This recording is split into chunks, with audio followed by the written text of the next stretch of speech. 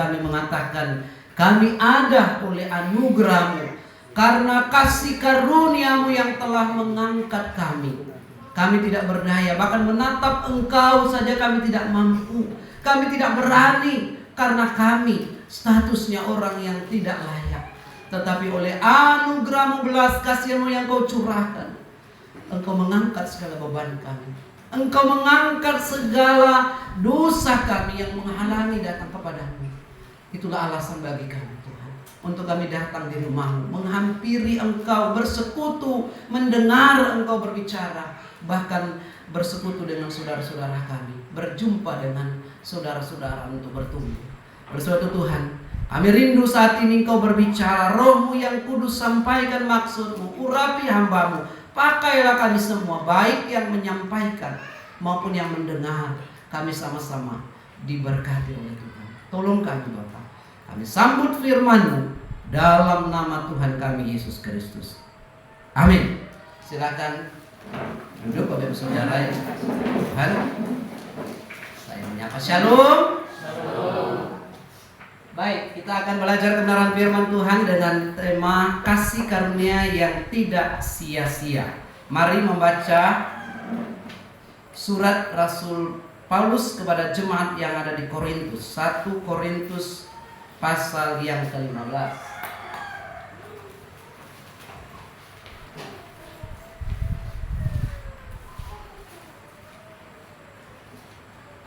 1 Korintus pasal yang ke-15. Kita akan membaca ayat yang pertama sampai ayat yang ke-11 secara bergantian lagi dalam satu perikop kebangkitan Kristus. Kita akan bergantian kembali. Yang pertama saya, Bapak Ibu yang kedua. Sekarang saudara-saudara, aku mau mengingatkan kamu kepada Injil yang aku beritakan kepadamu, dan yang kamu terima, dan yang di dalamnya kamu teguh berdiri. Oleh Injil itu kamu diselamatkan, maka kamu teguh berpegang padanya, seperti yang telah dikatakan kepadamu, kecuali kamu telah sia-sia menjadi percaya.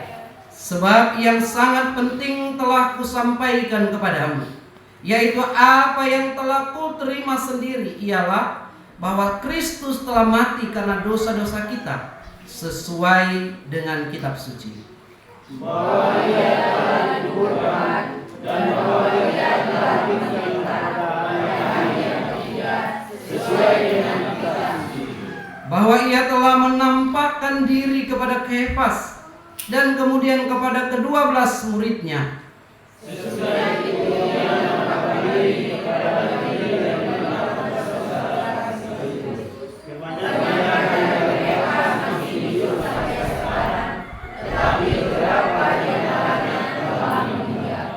Selanjutnya, Ia menampakkan diri kepada Yakobus, kemudian kepada semua rasul.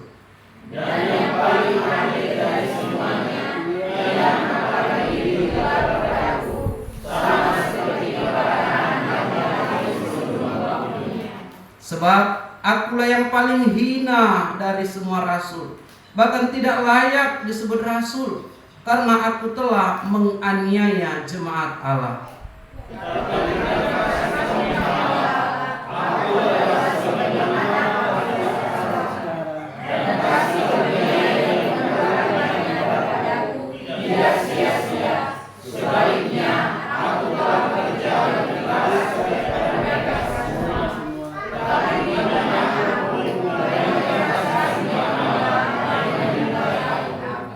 Bersama, sebab itu baik aku maupun mereka, demikianlah kami mengajar, dan demikianlah kamu menjadi percaya. Amin. Bapak Ibu Saudara, saya membuka dengan sebuah pertanyaan. Bagaimana kita bisa membedakan barang palsu dengan barang yang asli? Ada yang tahu? Tahu. Mari silakan yang tahu. Kira-kira apa? Kalau anak-anak kan spontan dia jawabnya. Apa yang ke Bapak Ibu ketahui ya? Seandainya ini palsu, handphone, kualitasnya, oke, apa lagi? Harga, teksturnya, warna, banyak ya. Tetapi tahu nggak, sebelum semua definisi itu, kita tahu bahwa ada palsu dan ada yang benar atau yang asli itu dari, ya karena ada kepalsuan itu. Maksudnya begini, orang bilang ini barang palsu berarti ada yang asli. Di mana orang bisa tahu palsu?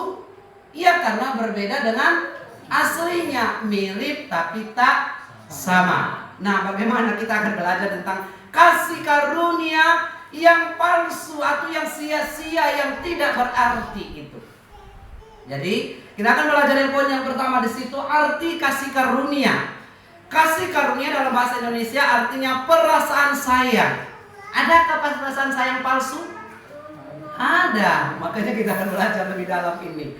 Adakah cinta palsu? Ada. Demikian juga belas kasihan. Kudong, tapi tidak kudong benaran, tidak kasihan benaran. Jadi ini palsu. Terus sebagai dikatakan yang asli adalah ini. Kamus Besar Bahasa Indonesia mengatakan bahwa perasaan sayang, cinta, belas kasihan sebagai anugerah yang tidak ternilai harganya kepada manusia, dan itu tulus. Nah, kembali kepada perjanjian baru. Dalam perjanjian baru dan lama, Allah menyatakan dirinya sebagai Allah yang kasih, tetapi tulus. Kasih karunia-Nya itu, kemurahannya bukan karena manusia layak, tetapi karena keinginan Allah sendiri untuk tetap setia karena janjinya kepada umat pilihannya. Jadi kasih karunia itu diartikan bahwa cinta kasih, pemberian yang diberikan bukan karena orang itu layak. Misalnya begini, kalau Bapak Ibu menjadi karyawan, ketika ada bulan-bulan tertentu, biasanya bulan 3 kalau bulan 4 yang saya tahu, itu ada penilaian. Jadi dia berhak mendapat reward, entah tanda upgrade-nya 1, 2, apa 3, karena dia layak. Layaknya dari apa? Dari laporan harian, dari laporan bulanan, atau dari atasannya, atau dari apapun juga adalah penilaian. Jadi dia layak untuk menerima reward itu, atau mendapat upgrade itu, atau mendapat rasa hadiah itu, gift itu. Itu namanya kasih biasa. Tetapi kasih karunia yang mendalam di sini dikatakan dia tidak layak, dan kasih karunia datangnya, grace itu melimpah itu dari atas, dari Allah yang punya. Maka dalam bahasa aslinya disebut haris, yang berarti pemberian atas kehadiran dan kasih Allah melalui Yesus Kristus. Jadi pemberian kasih karunia itu melalui di dalam siapa? Hanya melalui Yesus Kristus yang diberikan kepada orang percaya. Jadi tidak semua orang punya Yesus. Bahkan lebih cenderung banyak orang menolak, tidak mau dengar. Tetapi ada orang mau bahkan belajar tentang Yesus Kristus. Maka ada seseorang yang mengatakan, saya tidak pernah mendengar Yesus Kristus, tapi ketika saya membaca selebaran, ketika saya penasaran, saya baca kitab. Jadi itulah dikatakan anugerah Allah diberikan, sehingga orang tersebut percaya, Roh Kudus menjamah, dan rahmat-Nya memulihkan dia, mendapat pengampunan, mendapat kuasa Allah, bahkan dilayakkan. Contoh yang kita baru baca siapa? Rasul Paulus. Dia memiliki grace luar biasa, anugerah, karis luar biasa. Kenapa? Toh memang hukuman bagi pembunuh itu apa? Minta maaf saya langsung katakan. Hukumannya apa kalau pembunuh? Penjara harusnya. Karena manusia membunuh, tapi dia merasakan dirinya, oh saya tidak membunuh ini karena agama. Adakah orang berbicara membunuh karena agama? Banyak.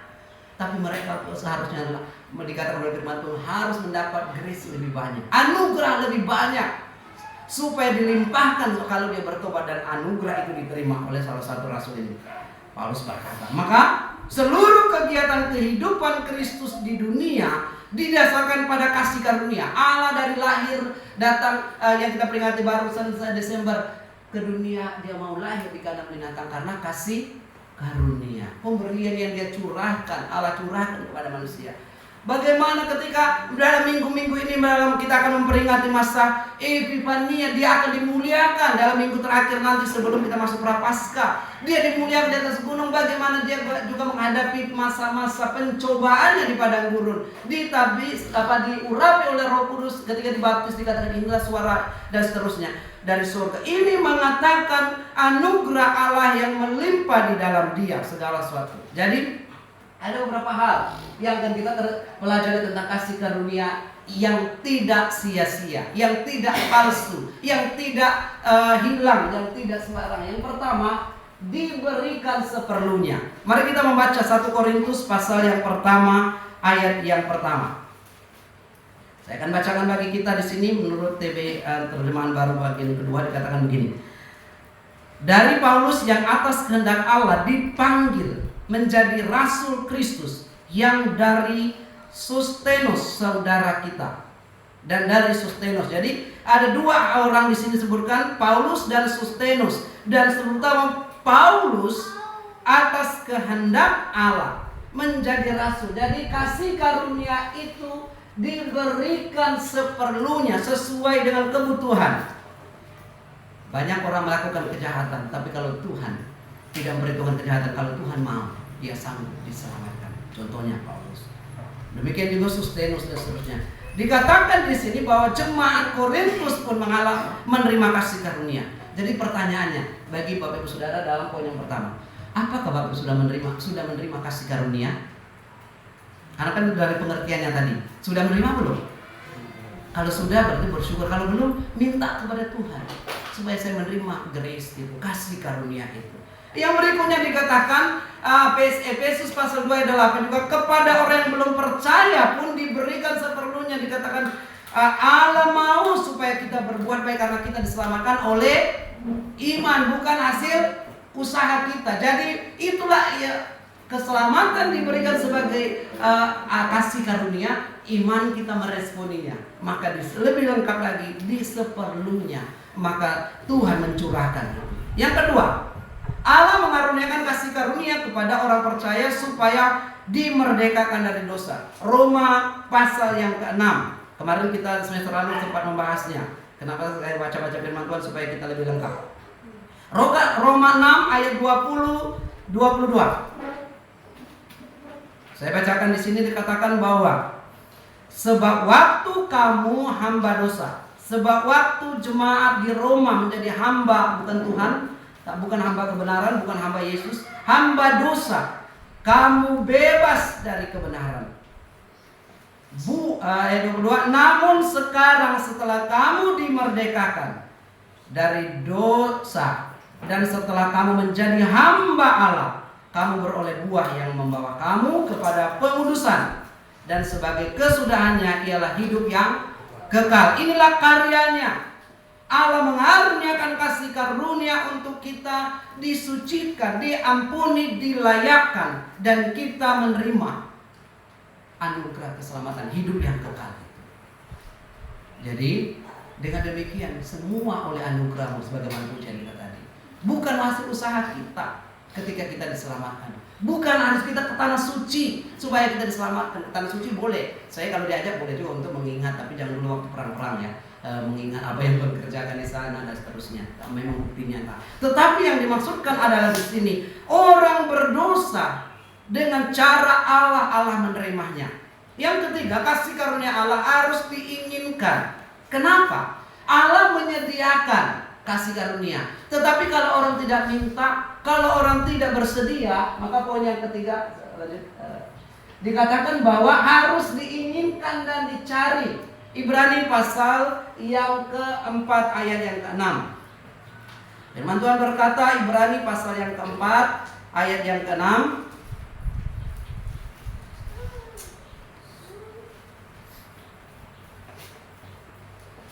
jadi sejumlah orang sudah jelas akan masuk ke peristirahatan itu. Sedangkan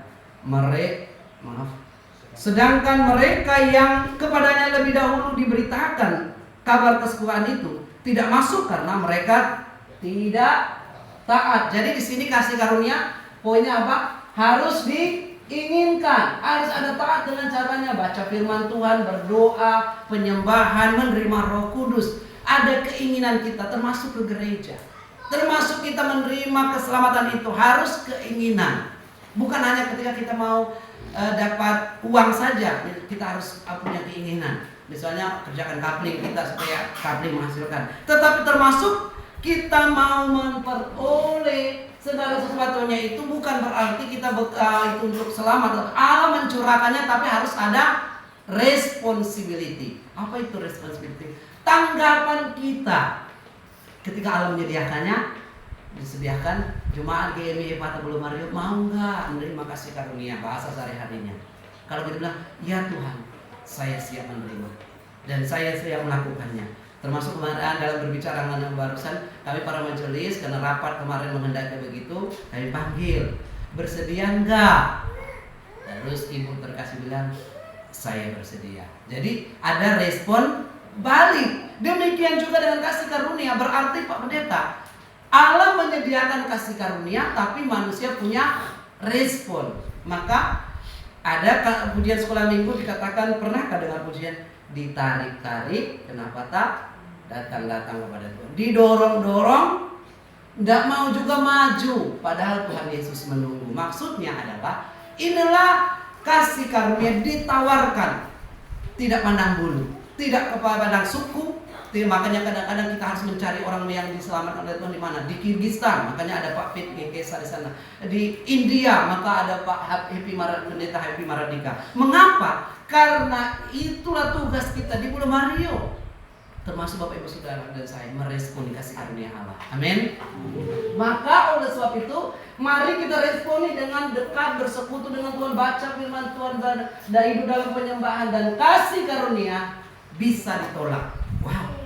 Kok Pak Pendeta bisa? Kasih karunia Allah ada yang tidak menerimanya atau tidak mau menerimanya. Ibrani pasal 12 ayat 19 dikatakan di sini bahwa kepada bunyi sangkakala dan suara firman yang membuat mereka yang mendengarnya memohon supaya jangan diucapkan lagi perkataan kepada mereka itu. Terus dikatakan bahwa Ibrani pasal 12 ayat 19, maka dikatakan 20, sebab mereka tidak tahan mendengar perintah itu, bahkan jika bintang pun yang menyentuh gunung itu, ya harus dilempar dengan batu. Mereka tidak tahan dan tidak mau mendengar seruan itu, maka mereka menolaknya. Nah, jadi dengan definisi yang ada ini, kita lebih lanjut belajar bagaimana kasih karunia Allah telah nyata dan dicatat oleh kitab suci. Nyatanya itu bagaimana sih? Ayo kembali kepada firman Tuhan. 1 Korintus pasal 15. Kembali ke bagian ini, tadi dikatakan bahwa 1 Korintus pasal 15 dikatakan dengan jelas ayat 3 sampai ayat 9, saya nggak usah bacakan semua, tetapi intinya tentang kebangkitan Kristus, Paulus berkata, kasih karunia telah disampaikan dengan jalan apa? Ayat yang ke-3, sebab yang sangat penting telah kusampaikan kepadamu. Jadi yang sangat important, yang sangat penting, yang sangat dibutuhkan, yaitu apa? Yesus Kristus telah mati karena dosa-dosa kita. Ini berita kitab suci. Yesus telah mati bagi dosa-dosa kita. Jadi kematiannya tidak sia-sia. Jadi berita yang sangat penting harus disampaikan pada dunia. Jadi Injil itu beritanya ini. Yesus Kristus telah mati. Kenapa dia harus mati?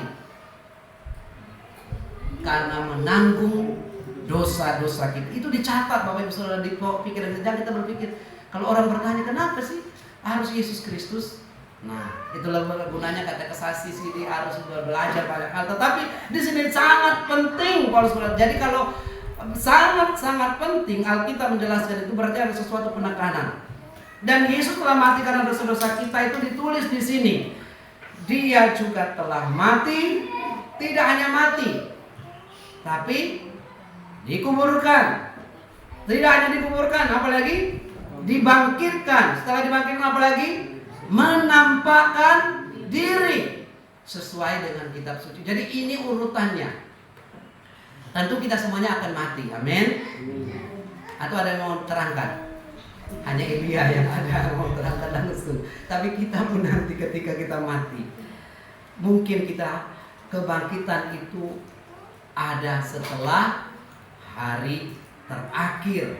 Tetapi kita semua dikuburkan. Hanya Yesus Kristus berkata, dan Alkitab mencatat, dia bukan hanya mati saja sesuai dengan nubuatannya pada hari yang ketiga, dia setelah dikuburkan, bangkit dari antara orang mati dan menampakkan diri. Berarti semua perkataannya, kasih karunia-Nya jelas dengan tujuannya. Baik. Jadi agar kasih karunia tidak sia-sia. Poin yang terakhir. Bagaimana agar kasih karunia tidak sia-sia, tidak berlalu begitu saja, tidak terhambur begitu saja? Ada 3-4 kali disebutkan di sini. Ayat yang pertama, ayat yang kedua, ayat yang kedua 2 kali, ayat yang pertama, terus juga ayat yang ke 14 dan 15. 10 dan 11, sorry. Apa di situ? Supaya tidak sia-sia. Berpegang teguh. Apa sih kata berpegang teguh? Kemarin saya sedikit ya, tapi kita senang, tapi ini contoh gambarannya. Berpegang teguh adalah kita tidak pernah tergoyahkan. Dalam postingan kemarin ada saya lihat anak kecil yang ikut bapaknya berdiri tegak. Terus berdiri tegak, ini contoh saya bilang gitu, anak ngikut bapaknya belajar baris per baris. Maksudnya begini, seorang yang berpegang teguh adalah dia tegap dan sigap, dan juga ada pegangan. Apa sih pegangan kita? Oke, sekarang saya mulai dari berdiri. Bapak, ibu, saudara dan saya, kita berdiri di atas apa? Kita berdiri di atas tanah. Tetapi sebagai orang Kristen, pegangan dan kita berdiri di atas apa? Tuhan Yesus, firman, apa lagi? Kebenaran. Kita berdiri di atas iman kita. Atau Bapak Ibu Saudara ragu-ragu dengan imannya? Ini saya mau katakan, kadang-kadang anak muda gampang sekali terpengaruh. Kalau kita orang tua mudah-mudahan sampai akhir, amin. Tapi orang muda biasanya ada beberapa godaan, ada beberapa hal yang membuat mereka tidak berpegang teguh. Berpegang teguh berulang kali disampaikan di sini supaya tidak sia-sia. Pegang itu apa sih yang perlu kita pegang? Yesus mengampuni dosa saya, amin. Nah, ini yang perlu kita pegang. Tidak ada jalan lain. Tidak harus ya mudah-mudahanlah deh saya jadi orang baik baru saya selamat. Tidak, katakan saya percaya kepada Yesus yang sudah mengampuni dosa saya. Bukan berarti kita boleh main-main. Kalau begitu, kalau Yesus mengampuni saya hari ini bertobat, besok kumat lagi. Bukan itu yang dimaksudkan. Tetapi berpegang teguh, tetap pegang firman Tuhan, tetap pegang janji Allah, tetap pegang keyakinanmu bahwa Yesus menyelamatkan hidupmu. Sehingga kalau iblis berbicara, benarkah itu? Yakinku itu? Ya, katakan saya sudah diselamatkan. Ini pun mengapa? Ini bersangkut pada pergolakan Paulus ketika dia dipertanyakan, kok kau rasul dulu, kok kau pembunuh? Tapi ini yang dipegang oleh Paulus, saya telah diampuni dosa saya. Dosa kita sebesar apapun juga, kata Paulus. Bahkan kata Yesaya, merah apapun juga akan menjadi putih, dan kusam ataupun sebesar apapun juga dia sanggup mengampuni oleh karena kasih karunia. Jadi supaya tidak sia-sia, berpegang teguh, yakin pada Allah yang akan memegang kita. Amin. Jadi cuman GBI Pulau Mario dalam doktrin yang jelas saya sampaikan, jangan ragu-ragu kalau ditanya, yakin kau akan selamat? Yakin. Atas dasar apa? Kadang-kadang itu kita membuat ragu-ragu. Padahal kitab suci sudah mengatakan Yesus datang untuk mengambil kita. Peganglah terus itu. Sampai kapan? Selama-lamanya. Sampai kita bertemu di surga, jangan pernah memiliki pegangan yang lain. Kita berdoa. Ya Tuhan, banyak orang dalam mengiring Engkau sia-sia. Mereka menggebu-gebu mengikut Engkau, tetapi pada akhirnya mereka hilang dari keselamatan itu. Tuhan, tolong kami jemaat ini, sebagaimana Rasul Paulus, kami berpegang teguh kepada pengakuan kami dan atas kasih karunia yang Kau limpahkan. Kami memang orang berdosa, tapi kami bersyukur karena Engkau telah menyelamatkan kami. Dan pujilah nama-Mu di surga, dan tolong kami untuk mencerminkan hidup dalam kasih karunia-Mu. Haleluya. Amin. Kami sedang berdoa.